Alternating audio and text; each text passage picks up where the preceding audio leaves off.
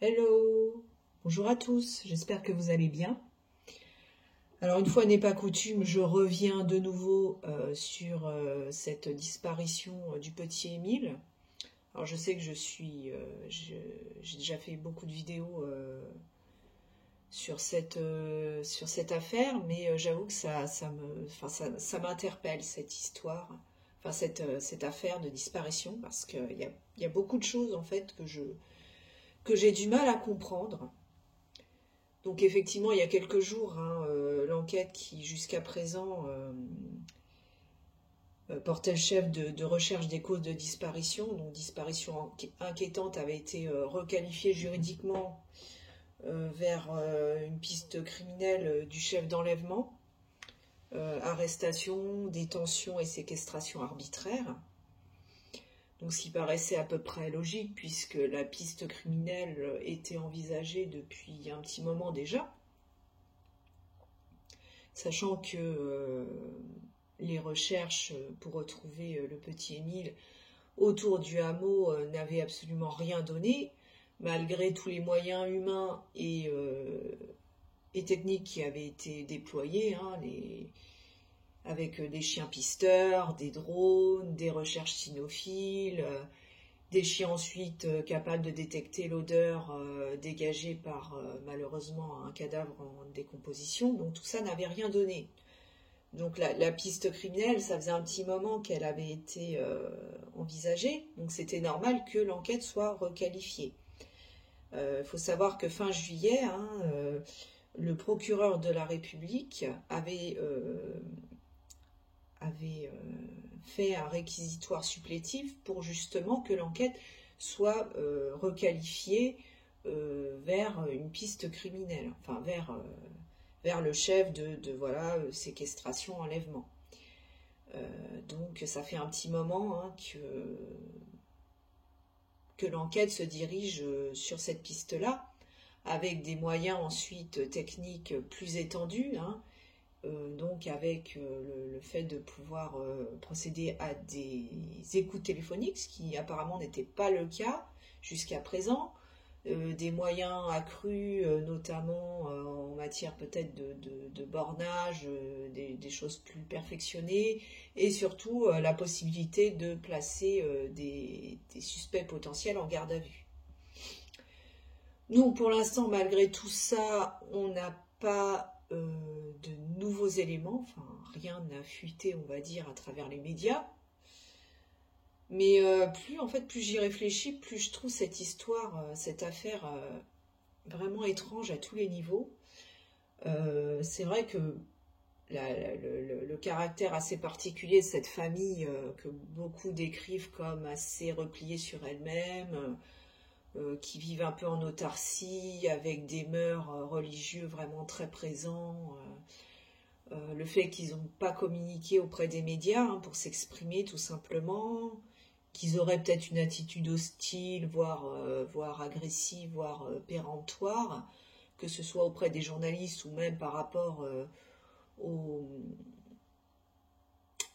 personnes qui ont participé aux fouilles, aux volontaires. Ce qui me paraît étrange là-dedans. Donc c'est vrai que tout ça, c'était un peu de nature à porter un peu le soupçon sur cette famille.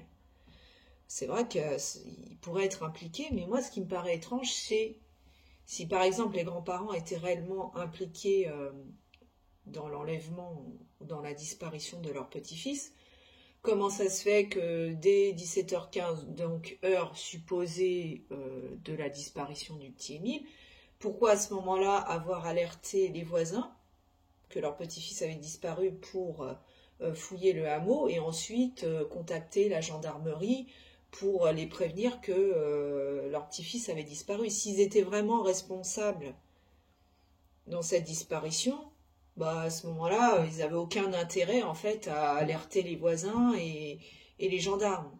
Donc ça laisserait un peu supposer qu'ils ne sont pas impliqués dans cette disparition.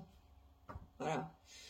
Ce qui aussi interpelle là-dedans, pose question, c'est effectivement les témoignages contradictoires, notamment des deux derniers témoins qui ont aperçu donc le petit garçon déambuler tout seul dans la rue principale. Il faut savoir que ces deux témoins ont une version un peu contradictoire, c'est-à-dire tu as le sexagénaire qui dit avoir aperçu l'enfant qui se dirigeait en direction du bas du village, tandis que l'adolescent dit, lui, que l'enfant se dirigeait vers le haut du hameau.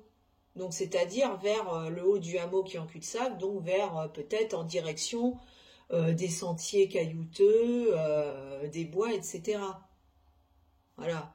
Donc déjà, ils se contredisent tous les deux dans leur témoignage.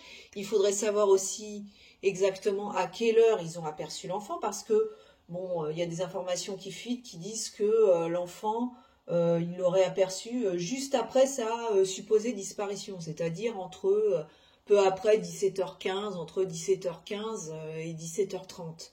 Or, à ce moment-là, il faut savoir qu'il y avait certains habitants du hameau qui, à la demande des grands-parents, étaient en train de fouiller le village. Alors, comment ça se fait que le gamin, il était dans la rue principale et que les habitants du hameau ne l'aient pas aperçu, alors que c'était à ce moment-là qu'ils étaient en train de fouiller?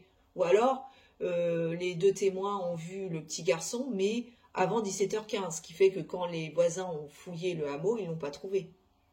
Hein. Mais là, il y a aussi confusion sur l'horaire de disparition. À quelle heure réellement les voisins, les deux témoins, l'ado et le sexagénaire, ont vu le petit Émile déambuler dans la rue? Hein, on se demande. Et donc, on se demande effectivement qui dit vrai et qui dit faux dans cette étrange disparition, cousue de fil blanc. Hein. Tout ça paraît bien étrange. Ben, moi, j'avoue, je comprends pas. Hein. Entre les témoins qui disent l'avoir vu après 17h15, qui se contredisent, il y en a un, il descend dans le bas du village, l'autre, il monte dans le haut du hameau. Alors peut-être qu'à un moment, il est descendu un petit peu en direction du bas du village, puis ensuite qu'il est remonté vers le haut. Hein. Peut-être que ça s'est passé avant 17h15. Mais bref, je comprends pas. Enfin, il y a que des incohérences. Faut savoir aussi, j'ai l'impression, quand on regarde la topographie des lieux, que le domicile des grands-parents, donc il y a un grand jardin, et derrière le jardin, il semblerait qu'il y a un bois, où se situe la cabane construite par les enfants de la famille, donc les oncles et tantes d'Émile. Est-ce qu'elle est dans ce bois? Est-ce que potentiellement le petit garçon a voulu rejoindre le bois pour aller voir la cabane? Parce que c'est des rumeurs qui ont couru. Est-ce que quelqu'un l'a attiré dans un piège, dans un guet-apens, que les grands-parents sont pas au courant, mais que c'est quelqu'un que le petit Émile connaissait, potentiellement une connaissance enfin de l'entourage proche de la famille, ou peut-être carrément un membre de la famille, on ne sait pas, qui l'aurait isolé, attiré un peu plus loin pour pouvoir l'enlever. Bref, il n'y a rien de cohérent. Il y a aussi une hypothèse qui dit que bon, il y a un jardin d'enfants dans le village, alors pas dans le hameau, mais dans le village un peu plus loin. Un jardin d'enfants, est-ce que ce serait pas éventuellement quelqu'un qui travaille dans le jardin d'enfants, qui propose des activités, qui serait prêt au petit garçon? Je ne sais pas. Tout ça pour dire que à chaque fois qu'on s'avance sur une piste, on se rend compte que la piste n'aboutit pas, parce qu'il y a toujours un élément en fait qui vient gripper le rouage et qui fait que finalement c'est pas possible. Bon, on soupçonne les grands-parents, mais alors à ce moment-là, pourquoi les grands-parents ont alerté les voisins et la gendarmerie? On soupçonne un accident, mais pourquoi personne n'a rien vu ni rien entendu? On soupçonne qu'il se soit passé quelque chose au sein même de la famille, mais dans ce cas-là, pourquoi les témoins déclarent l'avoir aperçu à 17h15, peu après sa disparition? Bref, il n'y a rien de cohérent.